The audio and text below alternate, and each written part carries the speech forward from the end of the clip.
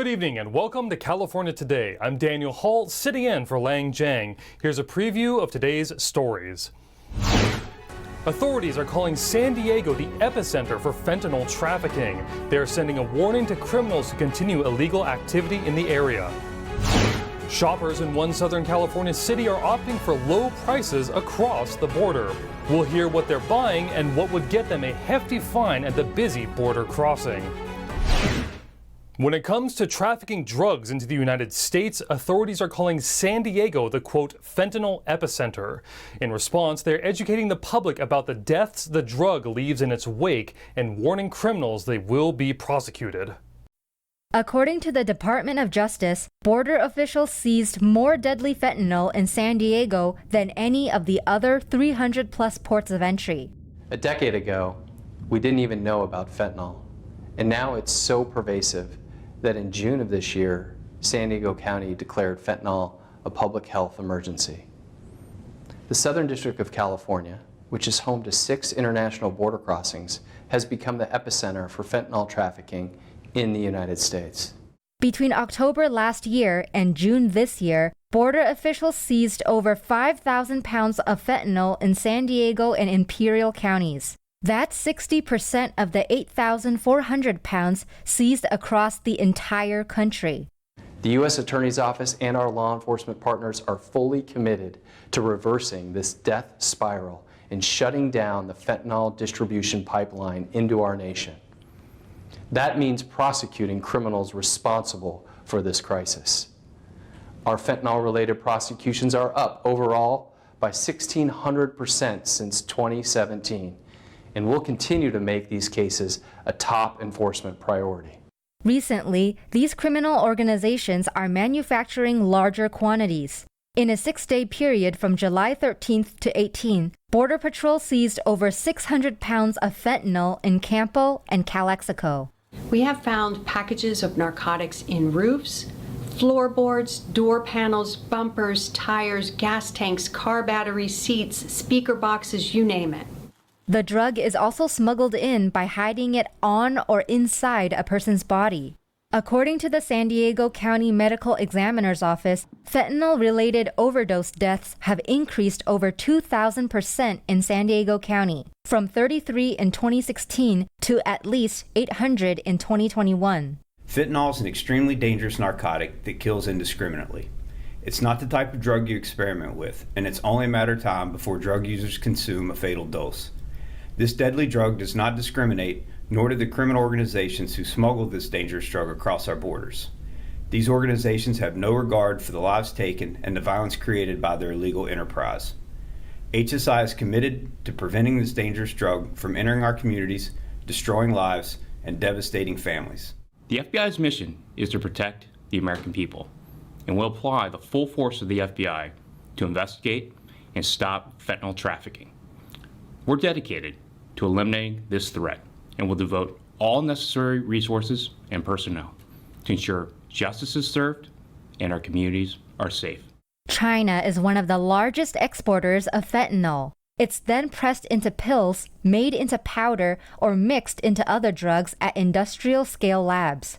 Mexican cartels then distribute them to the U.S. With 40-year high inflation and grocery costs skyrocketing, what is an average American family to do to put food on the table? Southern California residents go where groceries are cheaper: Mexico. For San Diegans, it's a 20-minute drive from home to Tijuana, Mexico. According to news station, many residents in Southern California find it worth the trip to shop for groceries there. David McCarty, a resident of Chula Vista, told news station, quote, "If you are on a budget, you got to take care of yourself." David and his wife live a short walk from Mexico, and they frequently cross the border for tacos and routine pet checkups, among other things, to save money. It takes Gibran Jimenez and his growing family 2 hours to get to Tijuana, but still they find it cheaper to shop there. A gallon of milk is 50% less, a 4-pack of toilet paper is almost $4 cheaper, and they can save $1 on a 24-pack of Tylenol. Gas is $1.24 cheaper on the other side of the border, so many fill up while they are there. It beats the $5.38 per gallon average in California, a number released by AAA. One popular market has seen a 20 to 30% increase in business from American tourists during weekdays. Fruits and vegetables are not allowed through customs. No matter how much cheaper they are, it's not worth it to risk getting caught and having to pay a $1,000 fine. A bill to punish social media for intentionally adding addictive features to their platforms died in legislation on Thursday. The bipartisan bill was known as the Social Media Platform Duty to Children Act. It attempted to hold social media companies responsible for getting kids under the age of 18 addicted to their platforms. Legal guardians would have the authority to sue social media companies for damages up to $250,000. Most legislators either voted in support of the bill or declined to vote. Votes did not follow party lines. In November, Los Angeles County will be putting a measure on the ballots to tax cannabis businesses. It's expected to generate millions of dollars in revenue. Los Angeles County will ask voters in November whether or not they support a cannabis business tax in unincorporated areas. Such grow operations are not yet permitted. On Tuesday, the board voted unanimously to place a proposed tax measure on the upcoming November ballot. One supervisor, Catherine Barger, represents an area with a large amount of unincorporated land. Her district is also a hotspot for illegal marijuana operations. She said, quote, "Our board must be clear, we will not tolerate illegal cannabis operations." According to county staff, the levies would initially generate an estimated $10.4 million yearly. Tax rates would be set and in effect for 4 years, after which additional increases are likely. Funds would be redistributed throughout the county districts. A recalled member of the San Francisco School Board announced she'll be running again to regain her position. Former school board president Gabriela Lopez made the announcement on Friday. She was assigned as president in 2019 and made some of the board's more controversial decisions to date. Those included delaying students returning to in-person learning during pandemic lockdowns and instead trying to rename many San Francisco schools. Lopez also made numerous tweets critical of Asian Americans. She was recalled in a landslide in February.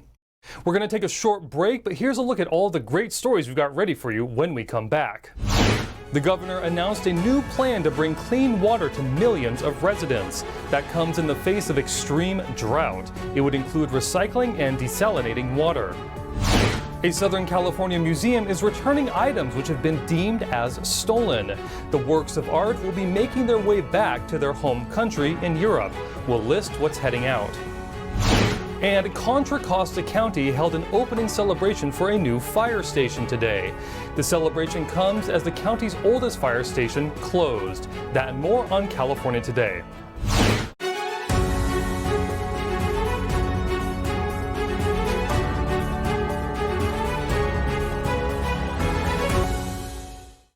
Getty Museum in Los Angeles is returning 4 works of art that were illegally exported out of Italy.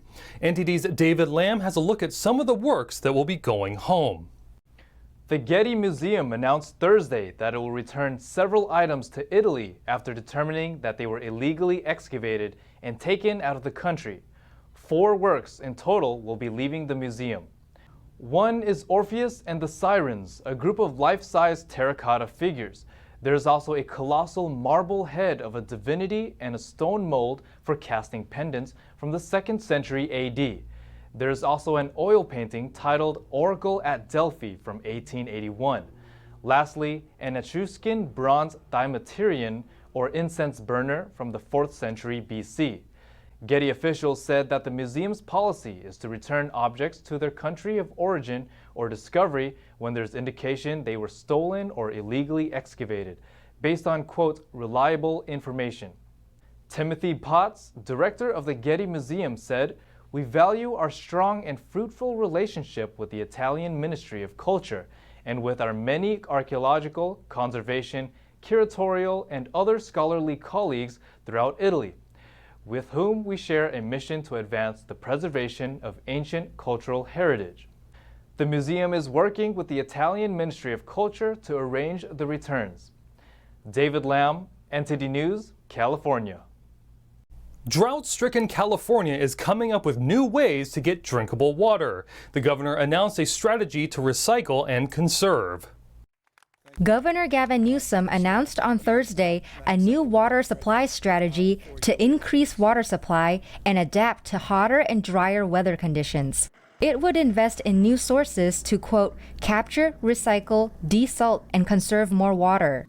In the last few years, Ray referenced this, the hydrology in the state has begun to change pretty significantly.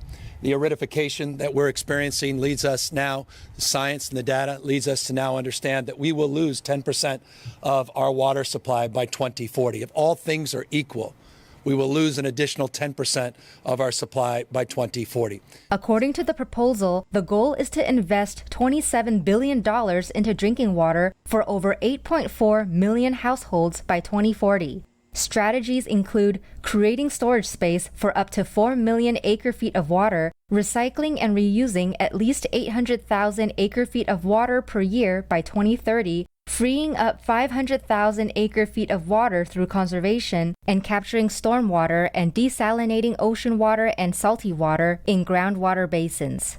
We have 37 desal projects in this state, not projects, 37 desal plants operating in the state of California.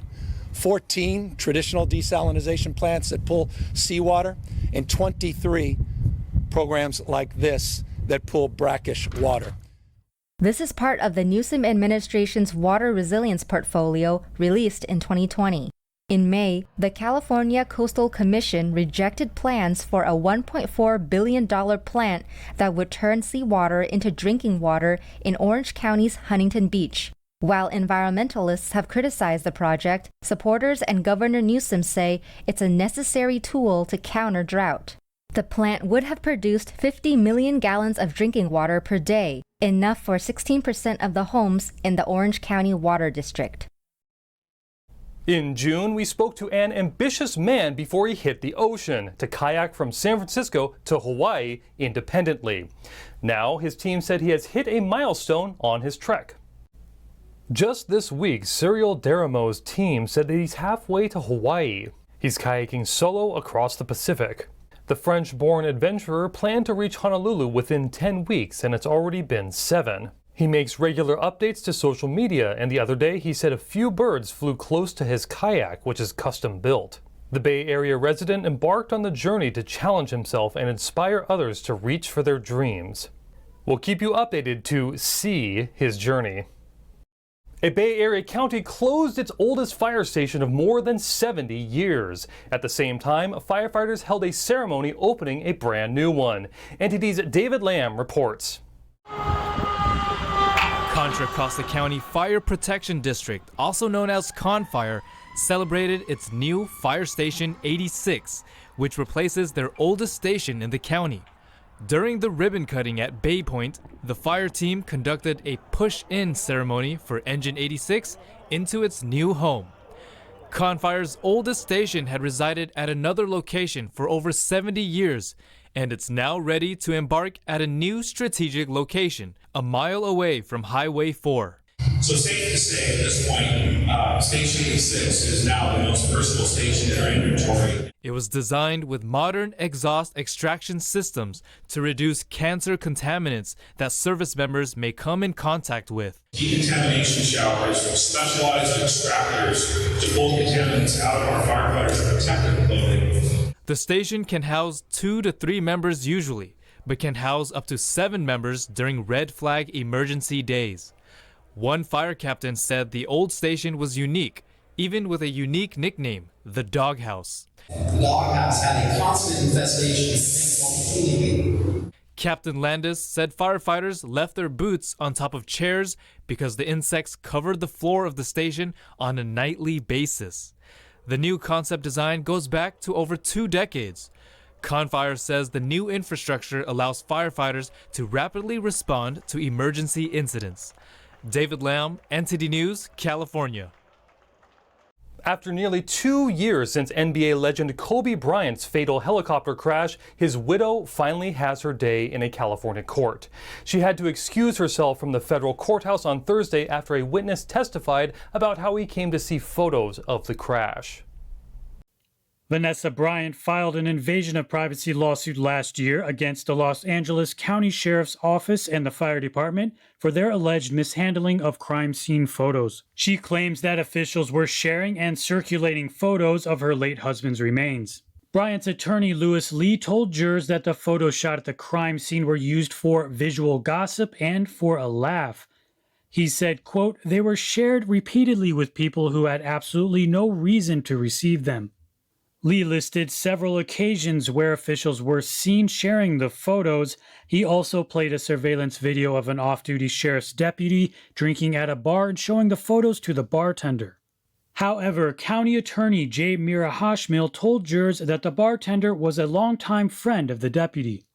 She said the deputy was emotionally struggling from the horrific accident and stated that, in a moment of weakness, he showed those photos and he has regretted it every day of his life.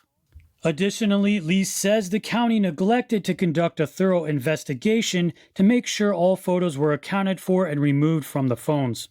He stressed that the photos could someday resurface online and be seen by the surviving family members. Hashmil countered that the photos have not been seen in 2 years and that both department leaders were diligent and did their jobs. She expressed sincere sorrow for the victims of the crash. However, she reminded jurors that this case is only about the photos and not about the loss of life. The trial is still ongoing.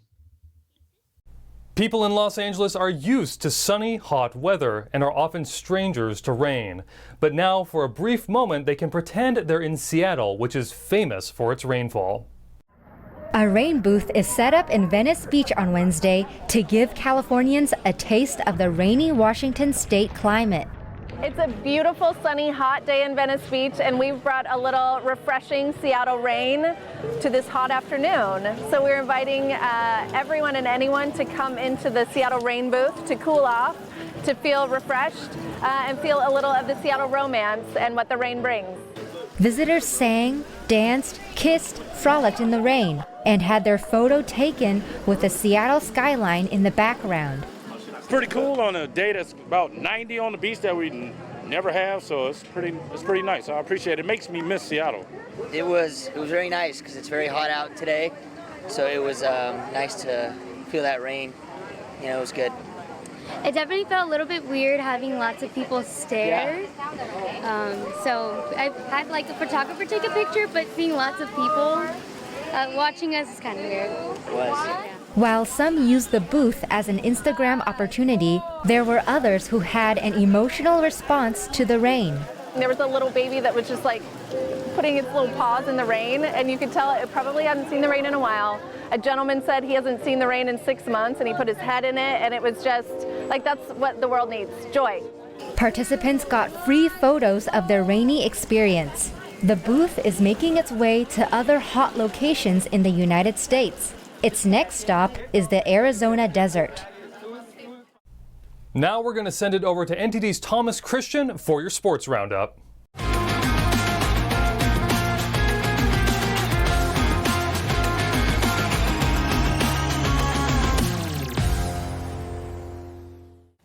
I'm Thomas Christian, giving you the California Today Sports Roundup. A federal judge in California has preliminarily approved a $24 million settlement between the U.S. women's national soccer team and the governing body U.S. Soccer in a years-long dispute over equal pay for female athletes. U.S. Central District of California Judge Gary Klausner granted a motion to approve the landmark settlement filed by the players on Thursday and scheduled a hearing for December 5th, when he is expected to give final approval of the settlement. The two sides said in February they have agreed to resolve their years-long dispute over equal pay. The agreement was for $22 million that will be distributed among players based on individual playing time. An additional $2 million will be put in a fund to benefit players in their post-career goals and charitable efforts related to women's and girls soccer. U.S. Soccer also committed to providing equal rate of pay going forward for the women's and men's national teams in all friendlies and tournaments, including the World Cup. The agreement ended a dispute dating back to 2016, when some players filed a federal wage discrimination complaint claiming they were being paid less than the male players, even though they generate more income for the United States Soccer Federation. Then in 2019, the U.S. women's national team sued U.S. Soccer's governing body, seeking $66 million in damages under the Equal Pay Act over allegations of gender discrimination and compensation and nearly every other aspect of their playing conditions. This court ruling is a milestone in the fight for equal pay within women's sports and could set incredible precedent for other women's sports organizations going forward. Basketball was a different sport before William F. Russell donned a uniform. The National Basketball Association will retire the number 6 jersey worn by Boston Celtics great and civil rights icon Bill Russell, who died late last month, the league said on Thursday. An 11-time NBA champion and the league's first black head coach, Russell is the first player to have his number retired across all teams in the NBA. A superstar in the 1950s and 60s, Russell was selected as an All-Star a dozen times in his 13 years with the Celtics, where he became one of the sport's leading voices for civil rights and social justice in the United States. The Celtics had previously retired his jersey in 1972. Clippers guard Norman Powell is still officially rehabbing from a fractured left foot he suffered towards the end of last season, but as of yesterday, he was cleared to resume playing basketball. Powell played a game in the Drew League in LA on Sunday. He played in 45 games last season, 40 for the Portland Trail Blazers, and 5 for the LA Clippers after he was traded in the middle of the season. A healthy Powell is going to be an important part of this Clippers roster that has a real shot at the title this season, with one small asterisk. Their lead man Kawhi Leonard must return from a knee injury that saw him miss the entire 2021-22 season. Fellow All-Star Paul George also missed significant time due to injury for the Clippers, as did newcoming point guard John Wall. Leonard, George, Wall, and Powell represent the core 4 for LA that could lead them to a championship this season, but each one of them have had to deal with more than their own fair share of injuries. Still, Norman Powell being ready to go represents an important first step in making a deep playoff run this season for the Clippers. That's all for California sports. Back to you. That's all we've got for you tonight. We'd like you to join us again on California Today every weekday at 8:30 p.m. Make sure to check out our broadcast on our California Today webpage. You can find it at ntd.com/California-Today. You can also find all of our top latest clips there, ready to share with friends and family. Send us a message on Twitter, Facebook, or Instagram, or through our email, california.today@ntd.com. I'm Daniel Hall, sitting in for Lang Jiang. Have a wonderful evening.